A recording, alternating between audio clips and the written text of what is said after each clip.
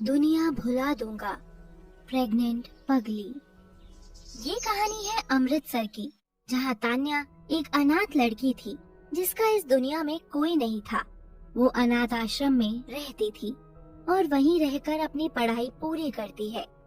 तान्या पढ़ाई में बहुत अच्छी थी। एक दिन अनाथ आश्रम के ओनर तान्या से कहते हैं, तान्या, तुम पढ़ाई में इतनी अच्छी हो कि मैं तुम्हें स्कॉलरशिप देने की सोच रहा हूँ, जिससे तुम आगे की पढ़ाई पूरी कर सको। तुम अगर आगे बढ़ना चाहती हो तो तुम्हें स्कॉलरशिप की बहुत जरूरत है, जिसके बाद तुम्हारा शहर के सबसे बड़े कॉलेज में एडमिशन हो जाएगा। जी सर, मैं आगे की पढ़ाई करना चाहती हूँ।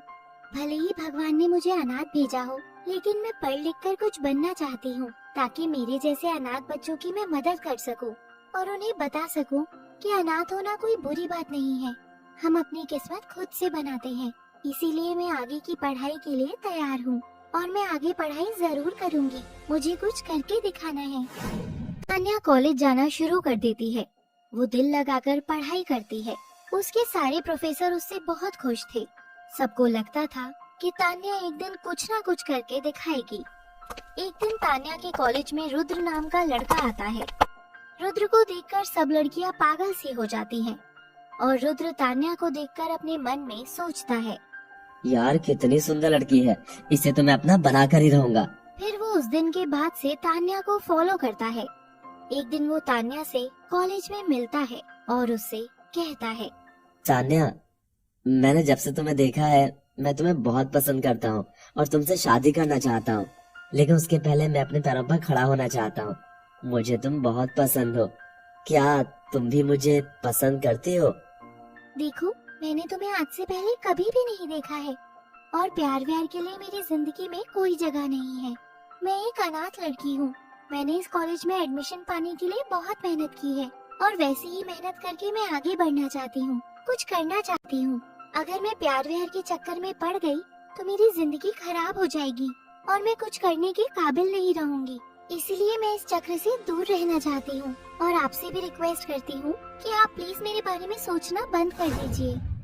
रुद्र को तान्या की बात बिल्कुल अच्छी नहीं लगती और वो अक्सर तान्या से मिलकर अपने प्यार का इजहार करने लगता है, लेकिन तान्या उसे हमेशा मना कर देती है। एक दिन रुद्र अपने दोस्तों के साथ प्लान बनाता है, यार आज कुछ भी हो जाए मुझे उस लड़की को हासिल करना है। इसने मेरे प्यार को ठुकराया है।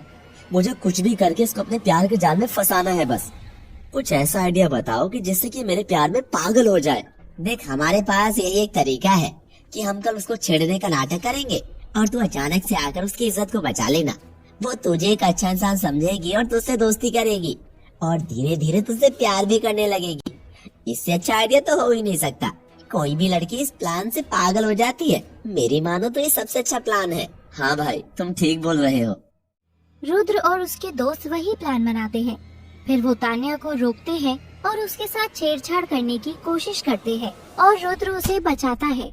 ये देखकर तान्या खुश हो जाती है और उसे गले लगा लेती है और उससे दोस्ती कर लेती है। फिर वो दोनों अक्सर बातें करने लगे। एक दिन रुद्र तान्या से कहता है, तान्या, मैं तुम्हारे बिना नहीं रह सकता। हम पढ़ाई करते रहेंगे, लेकिन मैं तुमसे शादी करना चाहता हूँ। अभी इसी वक्त तुम्हें अपना बनाना चाहता हूँ। हम दोनों का भी एक अलग परिवार होगा। रुद्र, मैं भी तुम्हारी बनना चाहती हूँ, क्योंकि मैंने हमेशा से अनाथालय में जिंदगी जी है। मेरा दुनिया में कोई नहीं है। दूसरों के बच्चों को जब देखती थी कि उन्हें उनके माँ बाप कितना प्यार करते हैं, तो मैं हमेशा अपने आप को कोसती थी कि मेरा इस दुनिया में कोई नहीं है। लेकिन अब मैं बहुत खुश होती हूँ कि मेरा अपना कोई है जो मुझे खुद से ज्यादा प्यार करता है और कल को तुम्हारे साथ मिलकर मेरा भी अपना ही परिवार हो जाएगा। रुद्र उसे प्यार के जाल में कुछ इस तरह फंसाता है कि वो उसकी तरफ पिघल जाती है, अपने आप को सिर्फ उसका बना देती है। मैं तुम्हें पाकर बहुत खुश हूँ Rudra, I love you. Tanya को लगता था कि वो पूरी हो गई, लेकिन ऐसा नहीं था। अगले दिन तान्या कॉलेज जाती है और रुद्र को ढूंढती है। रुद्र उसे कहीं नहीं मिलता। उसके सारे दोस्तों से बोलती है। रुद्र कॉलेज बंद करके चला जाता है।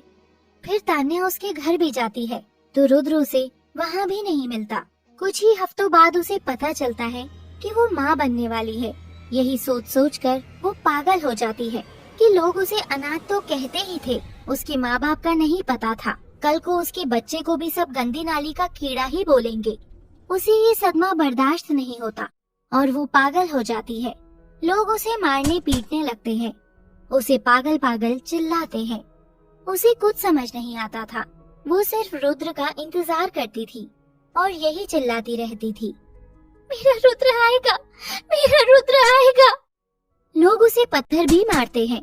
रुद्र के इंतजार में तान्या का टाइम पूरा हो जाता है। उसे कभी भी बच्चा हो सकता था और वो रुद्र का ही इंतजार कर रही होती है। एक दिन रुद्र सड़क के किनारे उसे बैठे देखता है और उसे पहचानने की कोशिश करता है और उससे कहता है, तान्या, तुम यहाँ क्या कर रही हो और तुम्हारी ये हालत कैसे हो गई? मुझे बताओ जरा, मैं जानना चाहता हूँ। तुम्हें क्या हुआ है तान्या? तुम ऐसे कैसे हो गई हो? और तुम माँ बनने वाली हो? तान्या, कुछ तो बोलो। लेकिन तान्या रुद्र को पहचान नहीं पाती और ना ही उसे कुछ कहती है।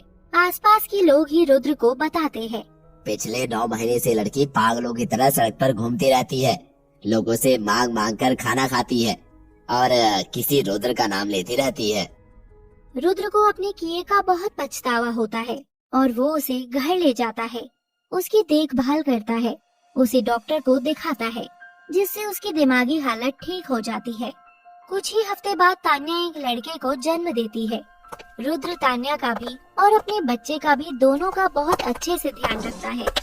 धीरे धीरे तान्या की दिमागी हालत भी ठीक होने लगती है और वो तीनों एक साथ बहुत खुशहाल जीवन